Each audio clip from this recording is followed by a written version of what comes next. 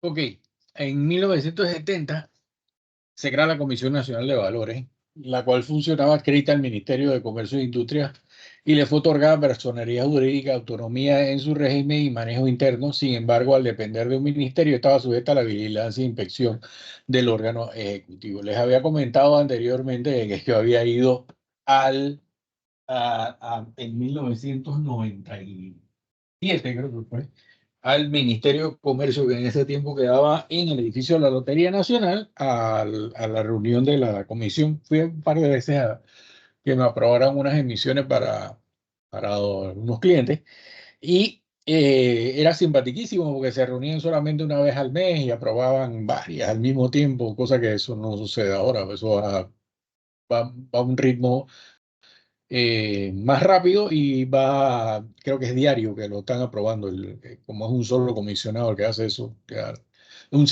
perdón, un superintendente el que lo hace. La comisión estaba compuesta por 5 miembros, siendo estos el Ministerio de Comercio e Industria, la persona que designara, quien presidía, el gerente del Banco Nacional de Panamá, o quien designara un miembro prominente de la banca, un miembro prominente de la industria y un miembro prominente del comercio. Parece que en esos tiempos no había mercado de valores per se. Esto era over the counter porque no había bolsa de valores, ¿no?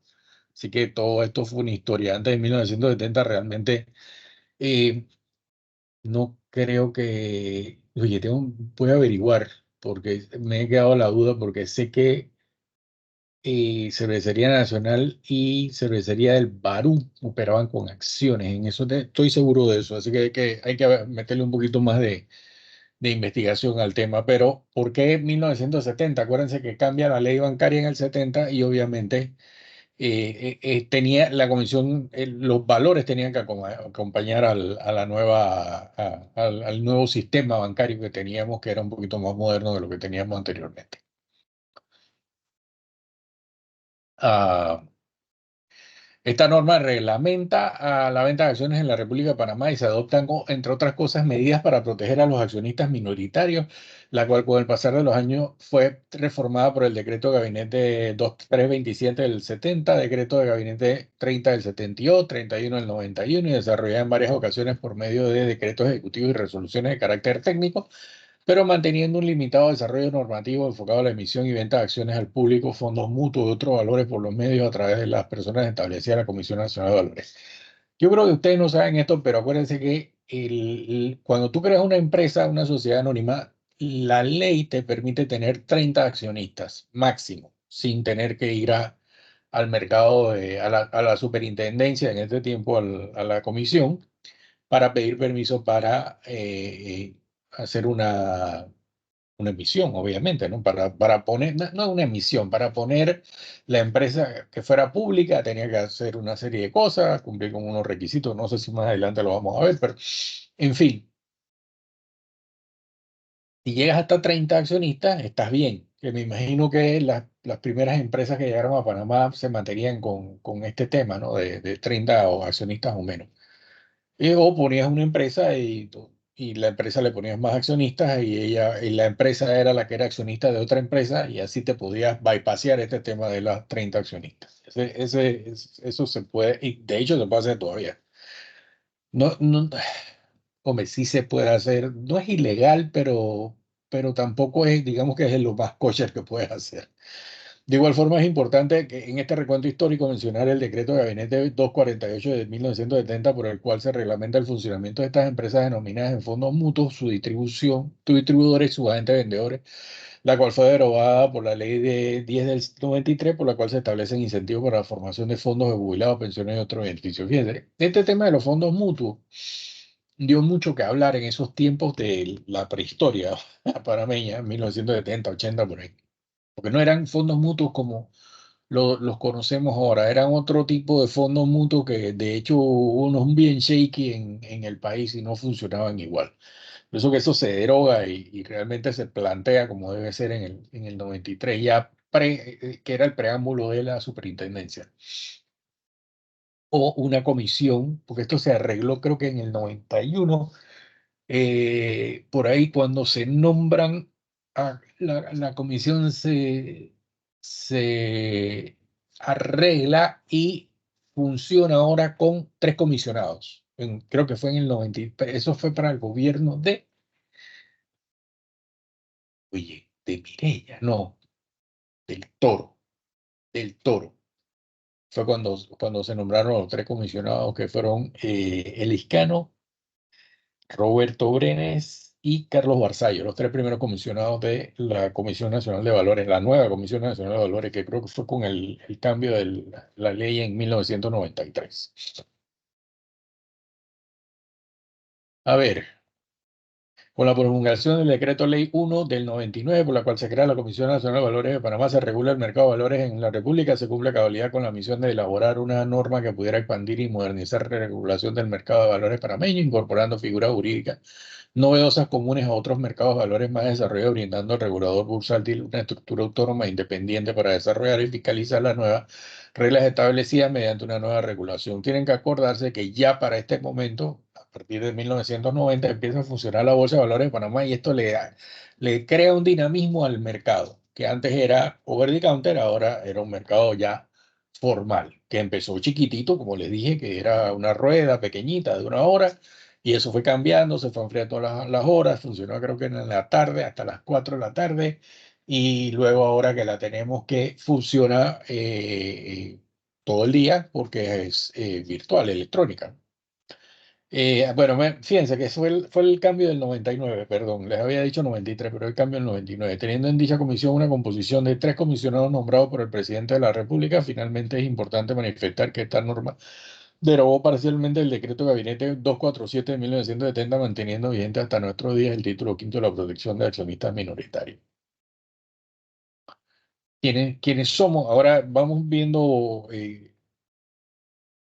preguntas y respuestas que van saliendo en el mismo website de la superintendencia, porque nadie ha escrito nada, no hay un libro que te hable de esto, pero el website de la superintendencia está muy bien. Mediante la ley del 67 del 1 de septiembre de 2011, publicada en la Gaceta Oficial ese mismo año, se crea de valores como un mecanismo autónomo del mercado con personería jurídica, patrimonio propio, independencia administrativa, presupuestaria y financiera, con competencia privativa para regular y supervisar a los emisores, sociedades de inversiones. Cambia la figura. Ya no es solo reglamentar el mercado, sino vigilar que lo que esté pasando esté bien, esté correcto. El mercado de valores, como cualquier otro mercado financiero, es un mercado que hay que regular. ¿Por qué? Porque hay mucha gente que cree que esto es relajo. Los especuladores están a la orden del día. Hay muchos maleantes de cuello blanco que trabajan en esto. Recuerden, el mercado financiero se crea para satisfacer las necesidades del mercado financiero, valga la redundancia, a través de instrumentos financieros que están hechos a la medida de una necesidad en particular. Sin embargo, y creo que esto ya se lo había dicho anteriormente, ¿qué pasa? Que hay gente inescrupulosa que utiliza estos instrumentos para otras cosas, como por ejemplo la especulación. ¿Ok? Entonces, ahí es donde empieza la cabecita de los maleantes a hacer cosas que no deberían hacer, y el regulador tiene que encontrar estas fallas que están. Y esto pasa en todos los países, no se crean que es solo Panamá, al contrario, en Panamá no pasa nada. En otros países pasan muchas cosas. Ahorita mismo me viene a la mente en el mercado de Estados Unidos toda una serie de maleantes que han salido a vender diferentes cosas. De hecho, una de las marramucias más grandes que se ha hecho, que fue vender bonos garantizados con hipotecas, las cuales esas hipotecas se le habían dado a personas que no tenían ni siquiera trabajo ni ningún tipo de activo. Fue lo que causó la crisis del 2008. ¿Ok? Así que eso lo vamos a ver un poquito más adelante. Promover, regular y supervisar las actividades del mercado de valores para su desarrollo de manera íntegra. Esa es la misión, transparente y eficiente, velando por la protección de los inversionistas mediante la aplicación de altos estándares de reglamentación y fiscalización, apoyada con un recurso humano especializado y comprometido y con altos valores éticos y morales. La visión: ser una institución reconocida local e internacionalmente por su compromiso con el continuo desarrollo del mercado de valores, generando seguridad, transparencia y confianza en el público inversionista. los valores, responsabilidad, integridad y confidencialidad. De nuevo, estamos hablando de la Superintendencia del Mercado de Valores, transparencia, orientación a los resultados e independencia. Ahora sigue siendo un organismo del Estado, el cual el superintendente es nombrado por el presidente, y a pesar de que no han habido grandes problemas políticos dentro de la misma, durante el gobierno de Ricardo Martinelli hubo varios escándalos al respecto, no necesariamente el superintendente, pero un par de personas que trabajaban bajo el superintendente. Pero estos son cuentos de ultratumba.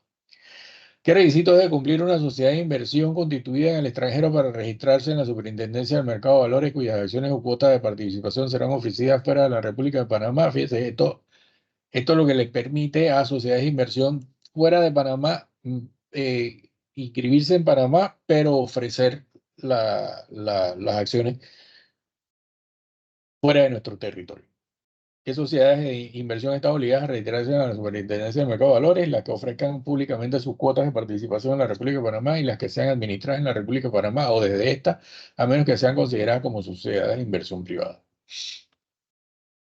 ¿Qué requisito? Bueno, de nuevo, y ahora una sociedad de inversión privada, eh, lo- y como se definiría específicamente, es que yo creo una sociedad de inversión con el propósito de invertir eh, en acciones, en bonos o en lo que quiera yo invertir, pero yo no le vendo acciones de mi sociedad a nadie o tengo nada más 30 accionistas, punto, en esa sociedad de inversión. ¿Me explico?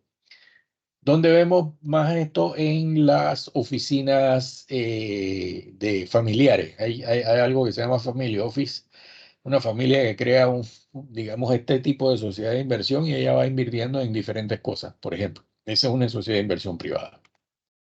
¿Qué requisitos deben cumplir para registrar sociedades de inversión? En los artículos 15 y 16 del Acuerdo 2004 se encuentra información que debe contener la solicitud, registro de los documentos que deben acompañar esa solicitud. ¿Cómo y cuándo deben presentar las sociedades de inversión los estados financieros? Los estados financieros interinos reflectados por un CPA que puede trabajar en la empresa pueden ser presentados trimestralmente dentro de los 2 meses siguientes al cierre del trimestre correspondiente, incluyéndose en todo caso los estados financieros interinos del cuarto trimestre y los estados financieros auditados por un CPA independiente anualmente, dentro de los 3 meses siguientes al periodo fiscal correspondiente. ¿Cuáles son los requisitos para el registro de valores por una oferta pública? Y aquí te dice que tiene que buscar el acuerdo 2010 específicamente. Cuando se requiere actualizar el prospecto informativo definitivo, acuérdense que cuando primero, ¿cómo funciona esto para darle un poquito de preámbulo a lo que vamos a ver más adelante o lo que iríamos a ver más adelante? Es que una empresa, yo convenzo a una empresa, ¿sabes qué? Vamos a emitir un bono en el mercado. Ok, perfecto. ¿Por qué? Porque te sale más barato. ¿Por qué? Porque vas a tener acceso a más dinero sin ninguna traba como te lo hacen los bancos. Y eres una empresa que tiene una buena reputación, así que te lo van a comprar y a un buen precio. Perfecto. Tú lo que haces es que te registras inicias el proceso registrándote en la Superintendencia del Mercado de Valores. Y luego entonces tienes que registrar tus bonos en el mercado, en la bolsa de valores. Después que hiciste esto, o a paralelo a esto, estás preparando un prospecto informativo de la emisión que vas a hacer. Y ese prospecto informativo tiene que decir no solo lo que ofreces, sino los riesgos que tienes de la empresa, los riesgos del mercado, los riesgos de la economía, los riesgos de la industria, que es importante hacerlo. Si es una compañía andando, vas a presentar los estados financieros de la compañía. Si es una compañía nueva, que eso no se da mucho, no hay presentación de estados, porque solamente hay presentación de estados financieros auditados. Entonces, antes se permitía que tú presentaras proyecciones, ahora no se presentan proyecciones. Eso lo puedes hacer cuando estás haciendo un roadshow, por ejemplo. Presentas tus proyecciones de lo que vas a hacer y así vendes tu número, pero en el prospecto informativo ya eso no lo eliminaron. Yo no estoy de acuerdo con eso, porque me parece que es importante que la gente tenga por escrito qué es lo que la empresa dice que va a hacer, no que es un roadshow que te van a dar esa información. En forma inmediata, el prospecto informativo en forma inmediata, si durante el periodo de oferta ocurre un hecho que haga que alguna declaración sobre un hecho de importancia contenida en el prospecto fuese falsa o que deba ser divulgado para hacer una declaración sobre un hecho de importancia, que esté contenida en el prospecto no sea engañosa o tendenciosa a la luz de las circunstancias de que fue hecha. Por eso que les digo que yo sí estoy de acuerdo que se hagan proyecciones y se metan dentro del prospecto, porque así eso queda plasmado y tienen que decir por qué no llegaron a eso a través de los avisos de la declaración de un hecho de importancia. Información financiera y qué periodo debe reflejarse en el prospecto informativo, los estados financieros editados de la sociedad emisora correspondiente al último ejercicio fiscal, una presentación comparativa de los estados financieros anuales correspondientes a los 3 últimos ejercicios fiscales basados en los informes de auditores independientes, los estados financieros interinos correspondientes al trimestre inmediatamente anterior al de la fecha de presentación. Ven que no pide proyecciones. Existe un acuerdo que regule la redención anticipada de valores. No, el emisor podrá remitir anticipadamente los valores siempre y cuando lo tenga contemplado el prospecto. O sea que si yo pongo un bono a 5 años para yo poder pagar, redimirlo, es decir, pagarle al bono habiente su bono de vuelta antes de los 5 años, tiene que estar definido en el prospecto informativo. O sea que redención anticipada, sí. Si no hay nada que diga redención anticipada, no lo puede hacer. ¿Cuál es la información que debe contener un prospecto informativo actualizado? La información es la misma que presenta al momento de una emisión, solo que actualizada a la fecha del último ejercicio fiscal. Se pueden promocionar valores sin estar registrados en la Superintendencia de Mercado de Valores, solamente si se trata de valores exentos de registros señalados en el artículo texto único de ley. Y creo que los únicos que son exentos son los de gobierno. ¿Cuáles son los requisitos para registrar una oferta pública de una sociedad extranjera? Además de los requisitos de las sociedades locales, deberá cumplir los establecidos en la sección 13 del artículo 7 del Acuerdo 2010. ¿Cuáles son para registrar una oferta pública de una sociedad extranjera? Además de los requisitos decididos para los locales, deberá cumplir con la sección 9 del artículo 9 del Acuerdo 6-2000, modificado con el Acuerdo 12-2003. Y ni siquiera traigo esto a colación porque esos textos son demasiado grandes. Ustedes no están, esta no es una clase para convertirlos ustedes en asesores o en brokers ni nada por el estilo, ni en expertos del mercado de valores, sino que tengan una idea de cómo funciona el mercado de valores lo más profunda posible dentro de lo que queremos hacer. Debe registrarse en la Superintendencia del Mercado de Valores emitido por entidades gubernamentales. El texto único de la ley dispone de que esta venta, de que está exenta de registro en la Superintendencia de la oferta y la venta de valores emitidos y garantizados por el Estado. O sea que ellos van directamente al mercado y lo emiten. Bueno, pero para eso hay algunos mercados que piden grado de inversión. En el caso de Panamá, Panamá tiene grado de inversión, así que no hay un problema. El problema ahora está en cuando nos quiten el grado de inversión, si va a poder hacerlo tan fácilmente como lo está haciendo en este momento. Un emisor con valores registrados en la Superintendencia de Mercado de Valores debe vender estos exclusivamente por medio de una casa de valores, una bolsa de valores, no necesariamente, no obstante, si no se negocia en bolsa, no tendrá derecho al incentivo fiscal, se refiere al artículo del tiempo. ¿Ve? Que tiene que pasar por bolsa para que tenga incentivo fiscal de que no paguen impuestos. ¿Ves? Las ganancias. ¿Qué diferencia existe entre una oferta privada y una oferta de inversionistas institucionales? Una oferta privada es aquella que hace un emisor a una persona afiliada a él por un oferente de él o de dicha afiliada a no más de 25 personas y que juntas resulten en la venta de valores de no más de 10 personas dentro de un periodo de un año. La oferta inversionista institucional es la que se realiza a personas que debido a su experiencia en los mercados de valores tienen conocimiento y capacidad financiera para valorar y asumir riesgo de invertir en valores sin necesitar protección de las normas vigentes. Quienes son inversionistas institucionales califican como tales a aquellos inversionistas que debido a su experiencia en los mercados de valores, según lo determina su superintendencia, tengan los conocimientos y la capacidad financiera para valorar y asumir los riesgos sin necesidad de protección. Aquí viene un concepto bien interesante. ¿Cuál es el acuerdo vigente para la notificación de una oferta pública de adquisición de acciones? Una OPA. El acuerdo 7-2001 del 2001. ¿Qué es una OPA? Por ejemplo, yo tengo una OPA, yo soy un banco X que quiere comprar un banco Y. Y el banco Y no logramos un acuerdo, digamos que amigable para hacerlo. Entonces, yo lo que hago es que yo puedo preparar una oferta pública de adquisición en la cual yo le ofrezco a los accionistas del banco Y la suma de una suma muy superior a lo como se está cotizando, obviamente, en el mercado actualmente esa acción, de manera tal de que los accionistas me vendan a mí, Banco X, las acciones al precio que yo estoy diciéndoles, ¿no? ¿Ok? Eso es una oferta pública de adquisición. Hay una diferencia entre eso. Se parece mucho a un hostile takeover, pero es un poquito más suave. ¿Ok?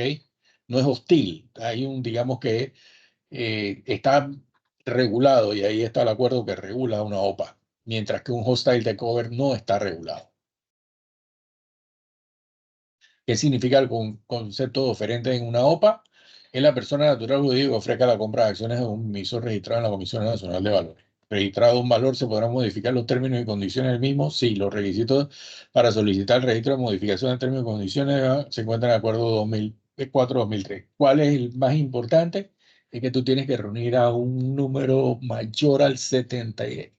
Te lo tienen que aprobar, creo que tiene que ser un número mayor al 75% de los bonohabientes o accionistas y que te lo apruebe la mayoría, una cosa así. No me acuerdo exactamente cómo es la cosa, pero por ahí va. Que es y ahora vienen las operaciones ilícitas. ¿Por qué? Porque en este mercado se presta para operaciones ilícitas, aunque ustedes no lo crean. Y aquí vamos a ver un par.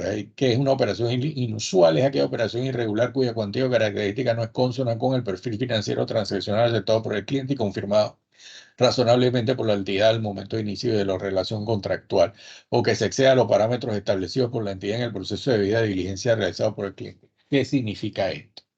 Cuando a mí me acepta una casa de bolsa como cliente, me hacen una serie de preguntas que me dicen que los deben llevar a ellos a que puedan tener una idea más clara de qué tipo de cliente soy yo. Es decir, si yo soy un cliente que tiene mucho dinero o que tiene poco dinero, ¿eso qué quiere decir? De que en el momento en que si yo digo que yo no tengo tanta plata y empiezo a gastar plata en este mercado, esa casa de bolsa tiene que decirle al regulador, hey, esta es una operación inusual porque este tipo me dijo que no tenía tanto y mire, me está haciendo esto. O pararme a mí la operación inclusive y decirme, venga, ¿tú por qué estás haciendo esto? Esto no tiene lógica. Entonces, porque se presta mucho para el lavado de activos. ¿Ok? Vale la pena aclarar que no toda operación inusual es declarada una operación sospechosa o sujeta a los riesgos de blanqueo de capitales o financiamiento de terrorismo. No obstante, toda operación sospechosa sí es considerada como una operación inusual. ¿Que es una operación sospechosa? Son consideradas operaciones sospechosas, aquellas operaciones complejas e importantes, significativas que no pueden ser justificadas o sustentadas contra el perfil financiero transaccional o aquella operación que pudiera estar relacionada con el blanqueo de capitales. O sea, si yo de inusual, yo no puedo probar de dónde saqué la plata, yo entro en operación sospechosa inmediatamente. Y me tienen que reportar a la UAF. Creo que también te reportan al mercado, a la superintendencia y te reportan también a la bolsa. ¿Ok? Y ahora el otro tipo de cliente que es un cliente que ahora por los temas de blanqueo de capitales ha entrado en consideraciones negativas, es la persona expuesta políticamente. ¿Quién es un PEP?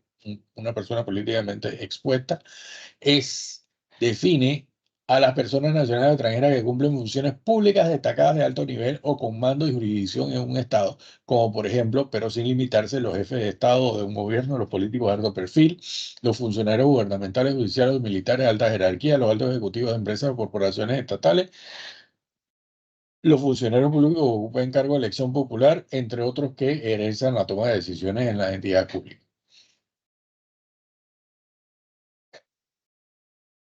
Esto también es igual en los bancos. Y en los bancos también te preguntan si tú eres políticamente expuesto. De acuerdo con la ley 23, ¿cuál es el plazo a ser considerada una persona PEP? desde el momento de su nombramiento hasta su separación del cargo por un periodo posterior no mayor de 2 años, del momento que termine de ejercer las funciones y obligaciones por el cual fue calificado Pepe en un inicio. ¿Cómo aplicó la diligencia, debida diligencia a un cliente PEP? En el caso de los clientes PEP se deben aplicar medidas de debida diligencia ampliada o reforzada, tales como la vinculación de un cliente PEP debe contar con la aprobación de alta gerencia, efectuar el seguimiento continuo intensificado en las operaciones del cliente, contar con herramientas que permitan efectuar diligencia para determinar si el cliente o último escenario es un PEP. ¿Ok? Esto era lo que íbamos a hablar de la superintendencia de bancos. Seguimos.